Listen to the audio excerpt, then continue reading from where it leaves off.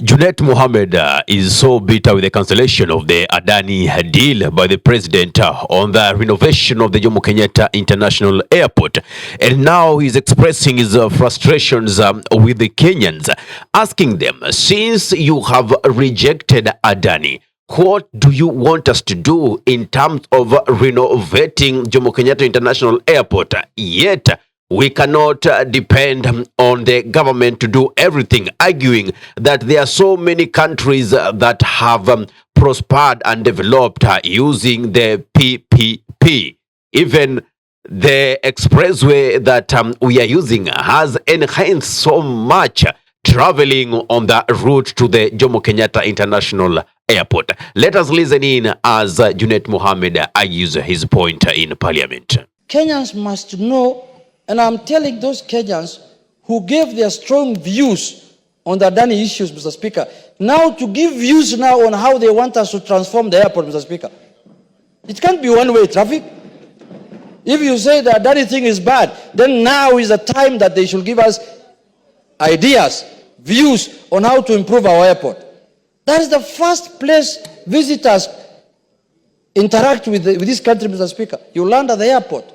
You don't know whether you have landed at Kisumu bus park or you have landed at the national airport. Even Wilson is better of late because it's smaller in size and the traffic is smaller. At the Jomo Kenyatta, things are bad, Mr. Speaker. And you can't tell me it is the government that's supposed to fix everything. Yes, they have to do their work. They can fix what they can fix. But look at the standards. Look at what's happening globally, Mr. Speaker. Look at how PPP has transformed many countries. Go to this place, Turkey, Mr. Speaker. There's a complete new airport of bigger than Migori town, where I come from, bigger than Migori city. Migori is not a town now, it's a city. Bigger than Migori city, Mr. Speaker, and it was done through PPP. We want to be a hub. We want to be the hub of this region. Look at what's happening in Ethiopia. Look at what's happening. And then our mind is fixated with issues that we think are them against us, who is doing this, who is doing that. I may not vote for Adani myself, but what I want to say on the floor of this house is that for those of us who are against Adani, let us now give alternative views. Let us now give you alternative ways that we can improve our airport, Mr. Speaker. We can't just be saying, oh, Adani was bad, without giving any alternative, Mr. Speaker. Mr. Speaker, I want to give you a very good example. If today we did not have this expressway, because this expressway also came through PPP, how shall we be accessing our airport today from this point? Today you can take less than 10 minutes to go to the airport. If this expressway was not there, how will you reach the airport? Mr. Speaker, these are hard questions we must ask ourselves. We cannot do politics at the expense of killing the country. Expressway is a good example of a PPP. It might have been done expensively. The cost might have been high, but it is serving the purpose that it was meant for. Many Kenyans today, everybody today who can afford to pay asks you, how can I access the expressway, from which point? When you are coming from Southern Bypass, you want to access the expressway. When you are coming from Thika Highway, Thika Superhighway, you want to access the expressway. Why? Because it has made life easy. That is what PPP does, Mr. Speaker. It makes lives better. But I hope now, and I pray, Majority Leader, that in the subsequent decision that is to be made on this issue, transparency will be done. We need to get the next person, the next company that is going to do the PPPs.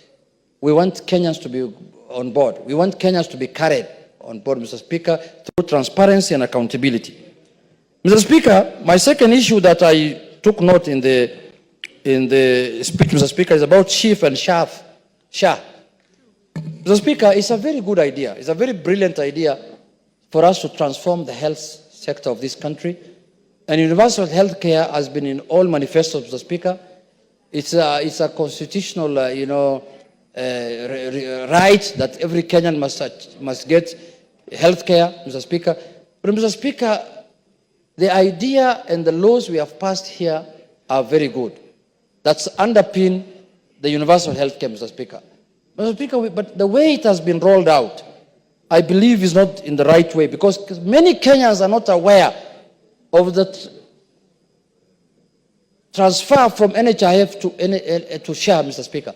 Mr. Speaker, even when IEBC is conducting mass registration of voters, there's a lot of campaign in the media, there's a lot of campaign in the print media, in the radios, Mr. Speaker, asking people, umejiandikisha je? This one, nobody hears anything about it. We need to do a serious campaign so that Kenyans can know that there is a new program called SHA that is taking over the NHIF programs, Mr. Speaker. On that front, Mr. Speaker, I think we can do better, because Kenyans need to be made aware about the benefits of the new system called SHA, Mr. Speaker. Great. Here is my response to Junet Mohammed. Kenyans pay taxes on a daily basis. Even as they sleep, they are paying taxes. Even accessing restrooms in Kenya, public restrooms, you got to part with not less than 10 shillings if you're going for a short call, and 20 shillings if you're going for a long call. Whenever you use your phone, you are paying taxes. Whenever even we use our bundles to watch whatever we are watching online, we've paid taxes. Any commodity we buy in the shop, we pay taxes. Literally, even this electricity that I'm utilizing here, I've paid for tokens, and taxes are inclusive of it. The gadgets that I'm using right now, I've paid taxes for it. This content that I'm doing, I'm going to pay taxes for it. So, I mean, we don't have insufficiency of taxes. There's a lot that our tax can do. What you can do, make sure that you seal the loopholes, the porous measures that you've put. Make sure that you enhance them such that our money are not liquiding and not just flowing out and going to irresponsible persons. Let them work for us. Other side, Junet, you have no reason to ask us the best way a government can handle its development, whereas we are paying taxes. Come on. I mean, we are past that.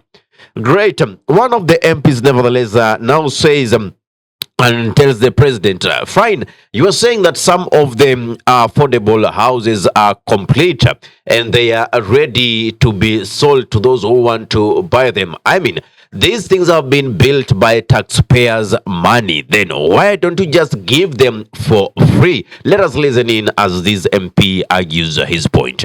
On the issue of housing, His Excellency the President told us there are very many houses that are now ready for Kenyans to purchase. And I ask myself, Madam Speaker, these houses are built on public land. These houses are built using our taxpayers' money. Why is the government selling these houses? Why can't you ballot and give those people that are lucky to get these houses? Because we have already, it's like you have built a road on taxpayers' money. You cannot pull a toll and start charging us. So it's the same thing. I think when it comes to issue of housing, the houses have been built. Let them be balloted and be given to Kenyans, because you cannot sell me something that you have built with my money. If it is my money and you've built it, it becomes mine. Madam Speaker, on the values and principles of good governance that the President was to deal with, the first one on Article 10(2)(a) is the issue of democracy and the rule of law. Madam Speaker, the agencies of government have been weaponized, always against the Kenyans. Madam Speaker, I want to give an example of the former President, Uhuru Kenyatta. His own son was being harassed that he's in possession of firearms that are not supposed to be in his arms. Yet he had been given these firearms in a legal manner. We have weaponized the security systems. The youth came to attempt to give their opinion to the National Assembly under Article 37, which is our constitutional mandate.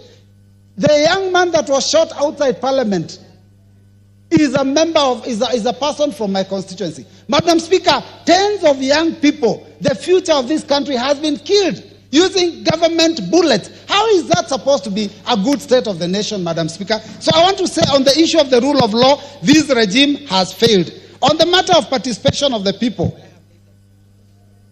you know, we ignored the voices of the people in 2023 finance bill. We ignored the voices of the people in the 2024 finance bill. Now we're ignoring the voice of the church. And Madam Speaker, as a result of that, there's always going to be consequences. Madam Speaker, it's important to note that also Article 10(2)(b) of... Well, that's all we had for today. If you're watching from our YouTube channel and you love content of this nature, kindly subscribe and press notification button. So anytime that we are live or we upload content of this nature, you'll be the very first person to be notified. If you're watching from our Facebook page, kindly follow our Facebook page for regular updates. My name is Ahmed Khali for the Unscripted Talks here in DURB Radio. Assalamu alaikum wa rahmatullahi wa barakatuhu. Kwa timba kali za Afrika, DURB Radio ndio mpango mzima.